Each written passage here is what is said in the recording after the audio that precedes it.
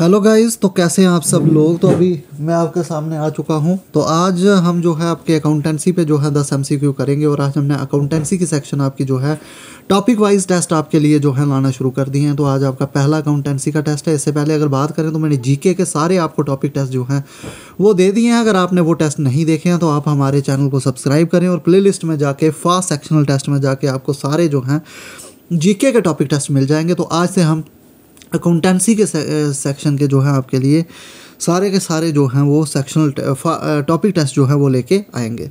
तो देखते हैं आपके कितना स्कोर जो है 10 में से आता है। तो इसके साथ साथ अगर मैं आपको बताऊं कि अगर आप JKPSI और VLW की तैयारी कर रहे हैं तो उनके लिए हमने आपके लिए free of cost mock test अपनी ऐप पे रखे हुए हैं।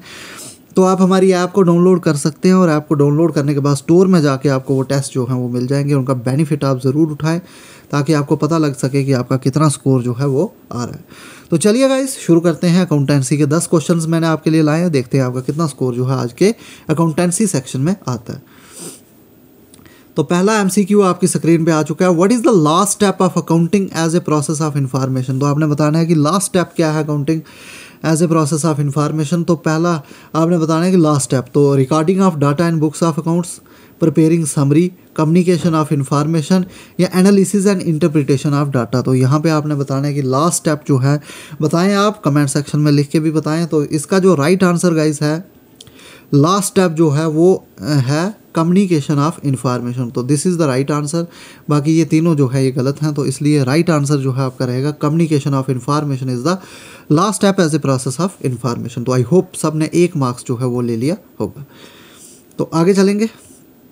अगला क्वेश्चन है द अमाउंट रिसीव्ड और receivable by selling assets, goods और सर्विसेज इज़ नोन एज। तो वो अमाउंट जो कि आप रिसीव करते हैं, जो आपको मिलना है कोई एसेट बेच के, गुड्स बेच के या सर्विसेज बेच के, उसको क्या बोला जाता है। क्या उसको रिसीट बोलते हैं, प्रॉफिट बोलते हैं, इनकम बोलते हैं, गेन बोलते हैं। तो गाइज इसका जो आंसर है वो यहाँ पे गेन नहीं है, इनकम भी नहीं है। तो राइट आंसर रहेगा रिसीट। तो उसको जो अमाउंट रिसीव हम करते हैं उसको रिसीट जो है वो बोला जाता है। तो आई होप आपको ये समझ आई होगी। दोनों क्वेश्चन के अभी तक जो है आपने राइट आंसर जो है वो दे दिए होंगे। अगला क्वेश्चन आपकी स्क्रीन पे आ चुका है। Third question, mister Rahul starts business with 5 lakh. तो मिस्टर राहुल ने एक बिजनेस शुरू किया है 5 लाख से। The amount introduced by him is termed as. तो आज थोड़े इजी क्वेश्चन रहेंगे क्योंकि इंट्रोडक्शन में कुछ खास था नहीं, तो मैंने इजी ही क्वेश्चन लाए हैं। तो आज सबके 10 में से 10 मार्क्स जो हैं पेपर में आने चाहिए। तो जो अमाउंट इंट्रोड्यूस किया गया है उसको क्या बोला जाता है। क्या उसको कैपिटल बोलते हैं, लोन बोलते हैं, डिवेंचर बोलते हैं, ऑल ऑफ दिस बोलते हैं। तो इसका जो राइट आंसर है वो गाइज रहेगा कैपिटल। तो इसको कैपिटल जो है बोला जाता है जो हम अमाउंट इंट्रोड्यूस करते हैं। अगला क्वेश्चन है use of common unit of measurement and common format of reporting promotes. तो कौन सा जो है क्या प्रमोट करता है, कंपेरेबिलिटी, अंडरस्टैंडेबिलिटी, रेलिवेंस या रेलिएबिलिटी। तो आपने बताना है कि अगर कॉमन यूनिट ऑफ मेजरमेंट जो है यूज़ किया जाएगा तो आप बताएं कि किसको जो है प्रमोट किया जाता है। तो इसका रेलिएबिलिटी आंसर नहीं है, रेलिवेंस भी नहीं है, अंडरस्टैंडेबिलिटी भी नहीं है। तो राइट आंसर रहेगा कंपेरेबिलिटी। तो comparability is the right answer. तो जब हम common unit of measurement use करेंगे तो उससे कंपेरेबिलिटी जो है वो थोड़ी इंक्रीज होती है। तो आगे चलेंगे नेक्स्ट क्वेश्चन की तरफ।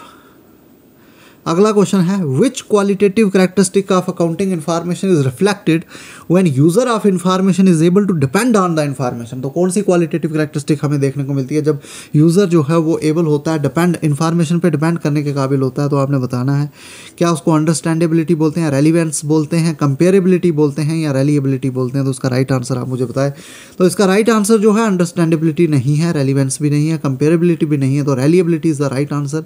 तो जब हम इन्फॉर्मेशन के ऊपर जो है डिपेंड कर सकते हैं तो उसको रेलिएबिलिटी जो है वो बोला जाता है। तो आई होप आपको ये समझ आया होगा। अगले क्वेश्चन की तरफ चलेंगे। तो अगर गाइस चैनल पर पहली बार आ रहे हैं तो चैनल को सब्सक्राइब करना ना भूलें क्योंकि आपके लिए बड़ी मेहनत से वीडियो लाई जा रही हैं। अगर आज मुझे बात करें तो मुझे जो है मैं टाइफाइड से जो है इस वक्त जो है वो सफ़र कर रहा हूँ, लेकिन फिर भी आपके लिए जो है डेली वीडियो ला रहा हूँ। तो इसलिए आप वीडियोस को लाइक किया करो और शेयर किया करो ताकि ज़्यादा से ज़्यादा लोगों तक ये वीडियो जो है पहुँच सके। तो आई होप आपको ये समझ आई होगी। बाकी नेक्स्ट क्वेश्चन की तरफ चलते हैं। अगला क्वेश्चन है a firm earns a revenue of 20,000 and the expenses to earn this revenue are 12,000, calculate income. तो इनकम हमें निकालनी है। तो ये सीधा सीधा इजी क्वेश्चन है। रेवेन्यू में से अगर आप रेवेन्यू में से आप एक्सपेंस निकाल देंगे तो वो आपकी इनकम ही होगी। तो रेवेन्यू में से एक्सपेंस निकाल दें, 20,000 में से 12,000 आपने निकालना है, 20K में से 12K आप निकाल दो तो पीछे 8,000 यहाँ पे बचता है। तो 8,000 is the right answer. I hope आपको ये समझ आई होगी। तो सीधा रेवेन्यू में से एक्सपेंस करना है, तो रेवेन्यू है हमारा 20K मतलब 20,000 और आपका जो है एक्सपेंस है 12K, तो 12K को आप माइनस कर लें तो यहाँ पे आपका जो है राइट आंसर यहाँ पे निकल जाएगा। तो नेक्स्ट क्वेश्चन की तरफ चलेंगे। अगला क्वेश्चन आपकी स्क्रीन पे आ चुका है। तो ABC limited deals in selling and purchasing of furniture. तो ABC लिमिटेड कोई कंपनी है, वो डील करती है selling and purchasing of furniture. Furniture को ये सेल परचेज करती है। आपने बताना है फर्नीचर क्या है। Goods for ABC limited, asset for ABC limited, intangible asset for ABC limited, none of this. थोड़ा सा ट्रिकी क्वेश्चन है, आपको लग रहा होगा कि इसको एसेट बोलते हैं, लेकिन एसेट नहीं। कोई भी कंपनी जिसकी वो सेल और परचेज करती है या फिर सेलिंग परचेजिंग करती है उसको गुड्स बोला जाता है उस कंपनी के लिए, चाहे वो फर्नीचर है या कोई एसेट है। लेकिन अगर सेल परचेज कर रहा है तो वह उसके लिए, उस कंपनी के लिए वो गुड्स ही रहेगा। तो राइट आंसर आपका ए पार्ट रहेगा। तो आई होप ये आपको समझ आई होगी। आगे चलेंगे नेक्स्ट क्वेश्चन की तरफ। The first step in accounting processes. तो पहला स्टेप आपने अकाउंटिंग प्रोसेस का बताना है। तो फर्स्ट स्टेप क्या होता है जी, identify a transaction, recording a transaction, summarising a transaction या नन। तो आप इसका राइट आंसर बताएं। तो नन इसका राइट आंसर नहीं है, रिकॉर्डिंग और समराइजिंग बाद में होती है। तो identify a transaction is the right answer. तो आई होप आपको समझ आई होगी कि आइडेंटिफिकेशन जो है इज द राइट आंसर। तो सबसे पहले जो है आइडेंटिफिकेशन होती है। तो ये आपका जो है 9th क्वेश्चन है। अभी तक आई होप आपका मार्क्स जो हैं 8 आउट ऑफ 8 चल रहे होंगे, क्योंकि बिल्कुल इजी टेस्ट जो है आपके लिए आज लाया गया है। ज़्यादा डिफिकल्ट नहीं बनाया है मैंने, क्योंकि इंट्रोडक्शन में से आपको ज़्यादा डिफिकल्ट क्वेश्चन जो है वो नहीं पूछे जाते हैं। तो अगला क्वेश्चन है, it is the art of recording in the books of account. तो ये एक आर्ट है जिसमें हम बुक्स ऑफ अकाउंट में जो है रिकॉर्डिंग करते हैं। तो उसको क्या बुक कीपिंग बोलते हैं, अकाउंटिंग बोलते हैं, अकाउंटेंसी बोलते हैं या नन ऑफ दिस बोलते हैं। तो बिल्कुल सिंपल क्वेश्चन है, इसको अकाउंटेंसी और अकाउंटिंग नहीं बोलते हैं। इसका राइट आंसर जो है वो है बुक कीपिंग। तो book keeping is the right answer. तो चलिए लास्ट क्वेश्चन, इसका क्वेश्चन का आंसर देते ही आप जो है अपना आज स्कोर जो है आई होप 10 में से 10 काफ़ी लड़कों ने लिए होंगे। तो कमेंट सेक्शन में ज़रूर बताएं कि कितने मार्क्स आपके आए हैं। Which of the following is an internal user of information. तो आपने बताना है इसमें से कौन सा जो है इंटरनल यूज़र है इन्फॉर्मेशन का। तो क्या आप बताएं, मैनेजमेंट है, कस्टमर है, कंपटीटर है, इन्वेस्टर है। तो इसका राइट आंसर आप मुझे बताएं। तो इंटरनल यूज़र ऑफ इन्फॉर्मेशन आपने बताना है। तो क्या मैनेजमेंट है, कस्टमर है, कंपटीटर है, इन्वेस्टर है। तो ये जो है इन्वेस्टर एक्सटर्नल यूज़र है, कंपटीटर भी एक्सटर्नल यूज़र है, कस्टमर भी एक्सटर्नल यूज़र है। तो management is the right answer. तो मैनेजमेंट जो है इसको इंटरनल यूज़र के नाम से जाना जाता है।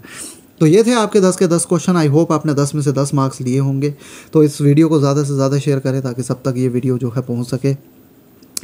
तो बाकी मिलते हैं नेक्स्ट वीडियो के साथ। बाकी चैनल को सब्सक्राइब करके रखें, आने वाले टाइम में आपको और वीडियोज़ यहाँ पे देखने को मिलेंगी। तो थैंक यू गाइस।